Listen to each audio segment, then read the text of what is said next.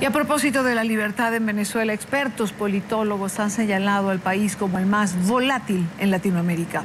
El escenario, el Foro de la Libertad de Noruega, donde aseguraron que la nación se encuentra al borde de la implosión ante las severas crisis económica, social, de derechos humanos que se han desencadenado a lo largo de estos 17 años de chavismo.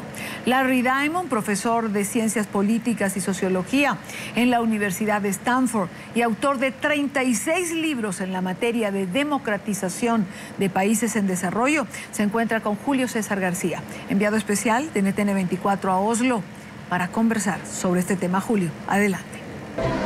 Continuamos con la cobertura del Foro de la Libertad desde Oslo, Noruega. En esta ocasión nos acompaña el profesor Larry Diamond, quien es un experto en democracia, con quien vamos a conversar acerca de la democracia en Latinoamérica. Profesor, gracias por esta entrevista. ¿Qué diría usted que es el signo más preocupante de la erosión de la democracia en el continente? ¿En América Latina? Bueno, claramente la expansión de la pseudodemocracia del modelo de la revolución bolivariana a Nicaragua, donde la democracia ha desaparecido con el regreso de Daniel Ortega, y a Bolivia y Ecuador. Podríamos debatir si todavía podemos llamar democracias a esos dos países, donde existe un espíritu autoritario y populista que claramente está ahorcando el pluralismo democrático. Yo diría que ese es el elemento principal de esta caída. Pero creo que tenemos que estar preocupados por la salud de la democracia en una América Central muy violenta de manera general.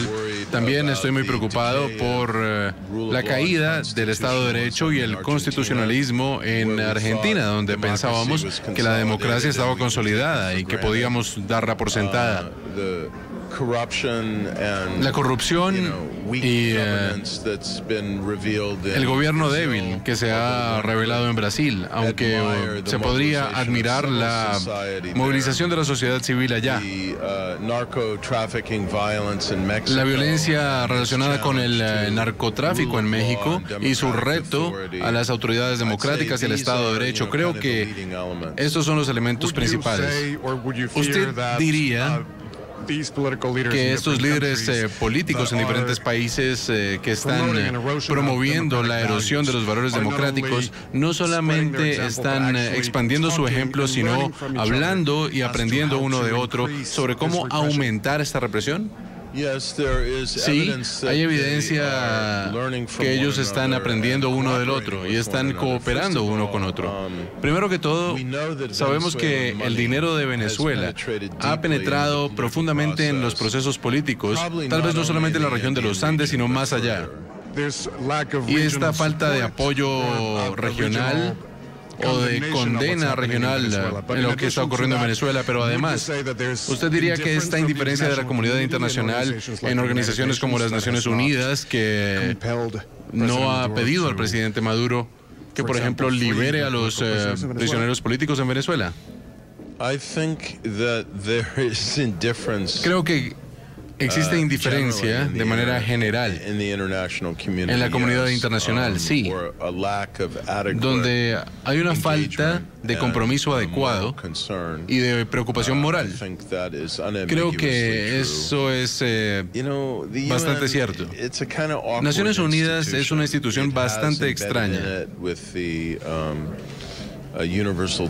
Tiene una declaración universal de los derechos humanos y también sobre los derechos civiles y prácticamente un mandato para los derechos humanos. Y ahora existe un Consejo de los Derechos Humanos en Naciones Unidas y demás, pero de hecho es muy difícil lograr algo porque las Naciones Unidas es la coacción de diferentes estados, pero si van a elegir a Venezuela a una posición de honor en el Consejo de toma de decisiones de esa institución, incluso en el Consejo de Seguridad, sí, Eso es lo que me refería. Entonces, ¿eso qué deja de decir sobre el compromiso de las Naciones Unidas para condenar estos procesos?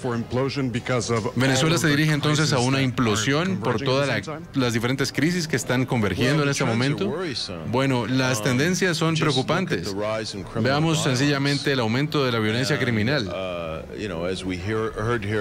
Hemos escuchado en esta conferencia, y ya ha sido bien documentado, la extensión hasta la cual Venezuela ha resultado ser un punto para el fenómeno del narcotráfico en las Américas, con el presidente del Congreso, el segundo hombre más poderoso del país, presuntamente involucrado con algunas acusaciones. Y también hay personas jóvenes que están siendo asesinadas en las calles, y hay criminales que andan por ahí andando en nombre del régimen. Tenemos un patrón continuo de ataque contra la empresa privada, razón por la cual prácticamente no hay ningún tipo de inversión en el país. Y además de eso está el tema de la caída del precio del petróleo. Así que esta es una situación complicada, donde, creo yo,